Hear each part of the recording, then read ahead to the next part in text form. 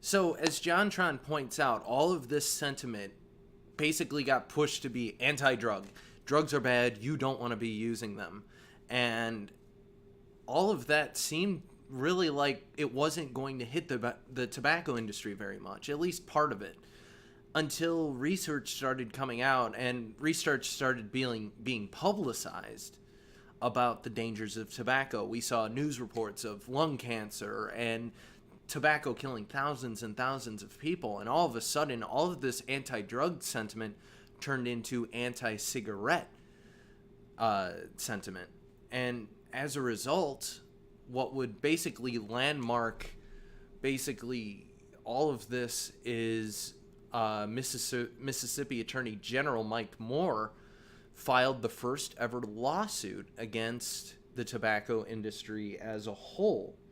And he wanted monetary relief. He wanted equitable and injunctive relief as well. He wanted the world, and basically, to kind of recap everything that he wanted in his case, he wanted the tobacco industry to pay for all of the damage that it turned out they had been causing to the American people. And he wasn't just the first.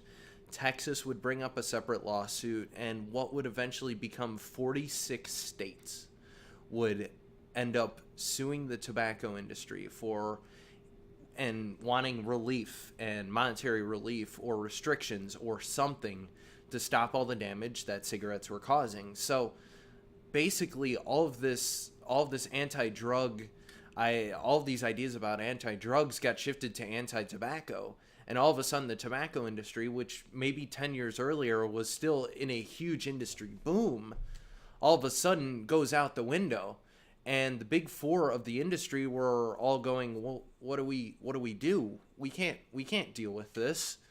All of the states, all of these states selling or setting up these lawsuits to go after the tobacco industry, it would have killed the industry if they had all successfully gone through. And the tobacco industry, like I said, while still very dangerous for you, hadn't been under the same illegality that regular drugs, like I say regular drugs, but you know what I mean, heroin, ecstasy, these kinds of drugs, they weren't illegal or they were illegal, whereas tobacco was still legal at the time. You could still smoke. So as a result, basically the tobacco industry had to think, and they had to think fast. So they did the only thing they could, and they lobbied. So they got together with the attorney generals of all these different states and the big four, which was Philip Morris USA, R.J. Reynolds Tobacco Company, Brown and Williamson Tobacco Corp., and Lorillard Tobacco Company. The big four basically partook in this agreement, and it would be known as the Tobacco Master Settlement Agreement.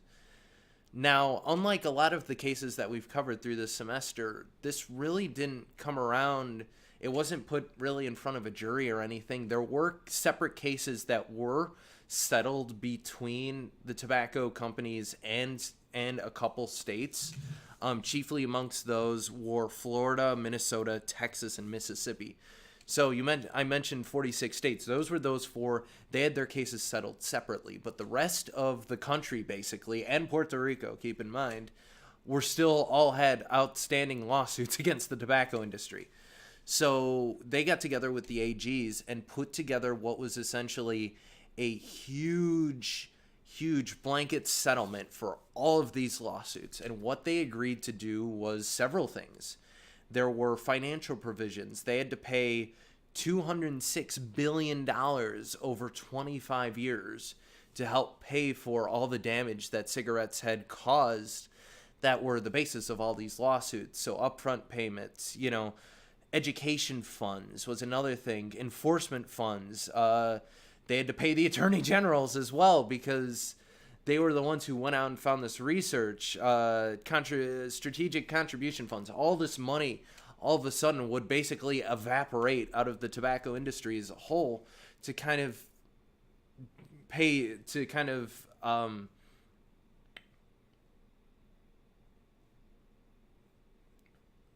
I lost my mind.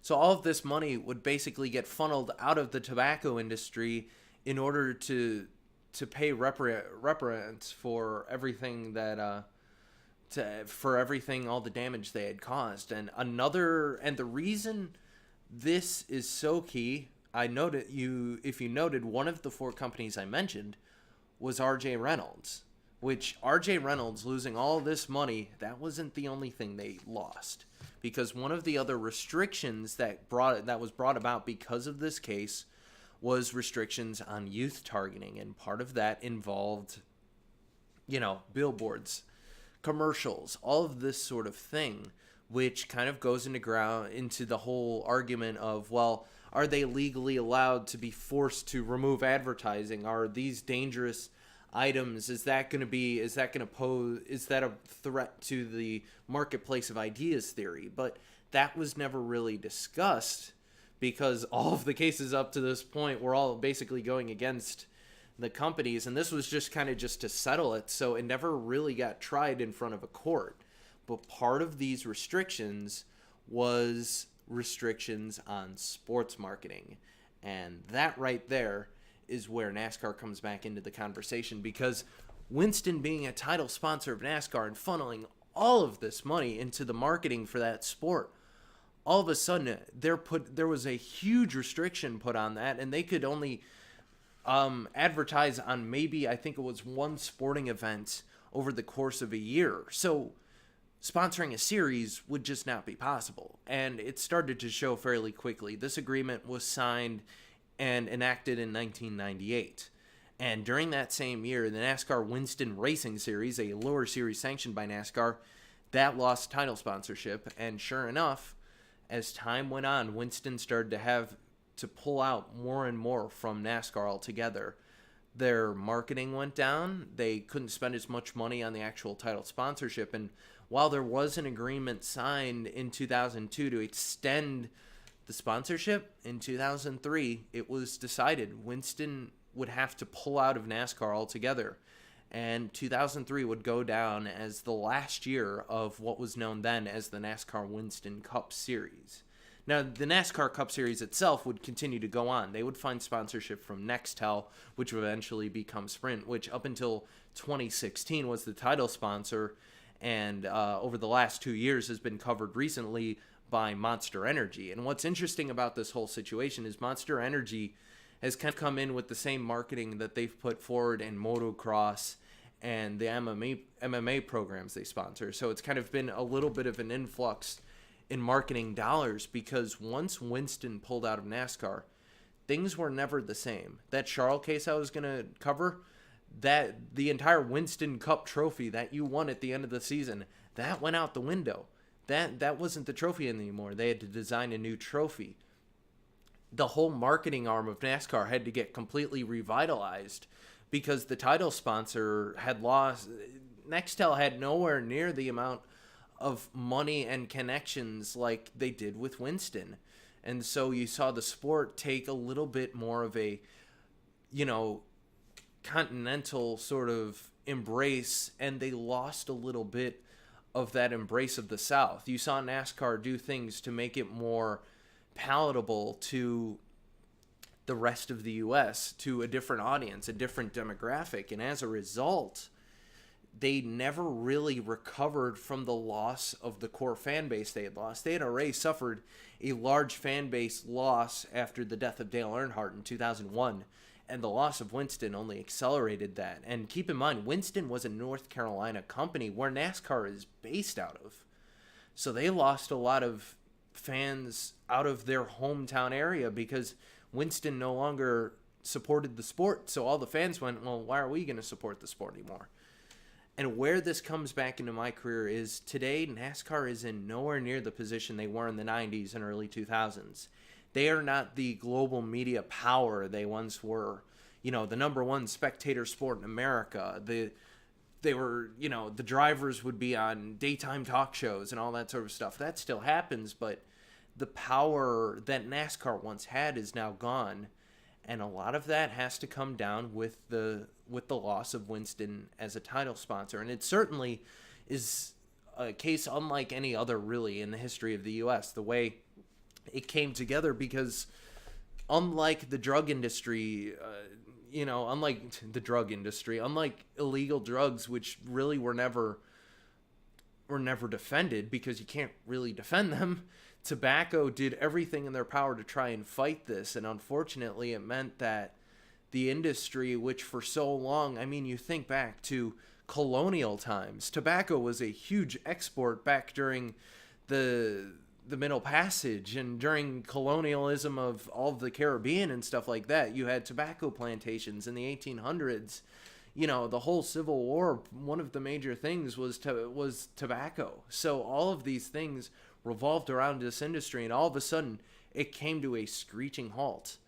And while the health effects of tobacco, you can't really deny that it's probably one of the most dangerous things you can choose to do to yourself, it's no substitute for the amount of money, jobs that was lost in the economy, and that hugely impacted NASCAR. And NASCAR today is in the situation where the entire sport could be sold off. There's been talk about a company coming in and buying it from the France family, which has owned NASCAR since the very beginning. With Big Bill France, it's gone down through generations to Brian France, who's the current chairperson for NASCAR. So all of this is now in the air, and when you look through the history of NASCAR, the loss of Winston is a huge deficit to NASCAR. And ultimately, without this case and without that settlement, NASCAR might be in a very different place than it was today. So that does it. That was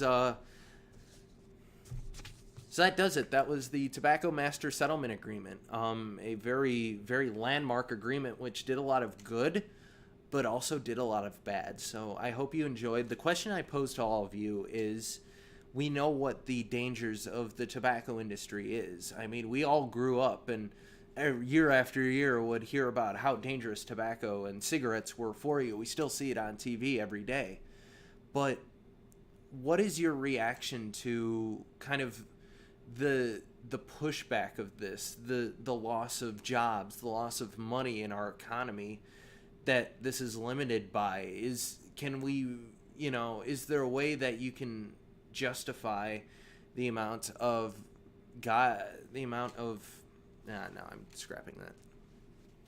So I'll do it for my final case brief. It wasn't really a case brief because this wasn't just one case. This covered 46 cases basically, and even really 50 of them, to be honest. But I really hope you enjoyed, and thank you for joining me on this segment. Before we go, I do have a question for us to discuss in the comments a little bit, and that is, I'm curious what your thought is on this whole idea of tobacco and the tobacco industry as a whole. It's something that we know through medical research is bad for you, yet it has been such a staple in the American economy for so long. And ultimately, the damage it did to NASCAR may never be able to be reversed. It could be, depending on if a new owner finds it or a new title sponsor is able to inject the same life into the sport that it found in the 90s. But ultimately, we could be sitting at a point where NASCAR may not survive this. So what are your thoughts on that? Is this something that is simply, it's a side effect of trying to create a better world?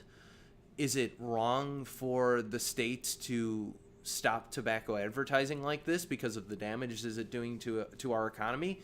What are your thoughts on this? Because it's a very complicated issue. Some related media, if you want to look it up at all. There's a great movie, Thank You for Smoking, that it's kind of a cult hit, but it kind of talks a little bit about the tobacco industry as well. And I know personally for me, it's a case where it's like, very much so, if the smoking industry and tobacco would hurt me because, I'm a sufferer of asthma. So tobacco and cigarettes are very dangerous for me. And yet I also see the side to where, the sport that I cover and have spent most of my life admiring was propped up by this. So it's kind of, we see the same parallels in environmentalism. You saw the debate between the coal industry and sustainable energy as well. It's a very interesting topic. So there's plenty of discussion there, but Thank You for Smoking. I definitely recommend that movie. It's very thought-provoking, and I hope this video was thought-provoking for you as well. I extremely enjoyed the course And I really enjoyed all the videos we got to make together and all the topics we covered. So I hope you enjoyed this one. And thank you for watching.